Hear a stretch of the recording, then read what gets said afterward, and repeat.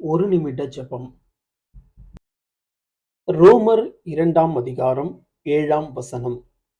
சோர்ந்து போகாமல் நற்கிரியைகளை செய்து மகிமையையும் கனத்தையும் அழியாமையையும் தேடுகிறவர்களுக்கு நித்திய ஜீவனை அளிப்பார். ரோமர் 2:7. கர்த்தர் தம்மை வெளிப்படுத்திக் காட்டவே என்னை நற்கிரியைகளை செய்யத் தெரிந்து கொண்டதற்காக நன்றி. கர்த்தரின் மகிமையை அனுதினமும் தேடும்படியான கிருபையினை எனக்கு கொடுத்ததற்காக நன்றி. கர்த்தருக்கான கனத்தை செலுத்தும்படியாக அற்பமான மனிதனாகிய எனக்கு வாய்ப்பளித்தமைக்காக நன்றி.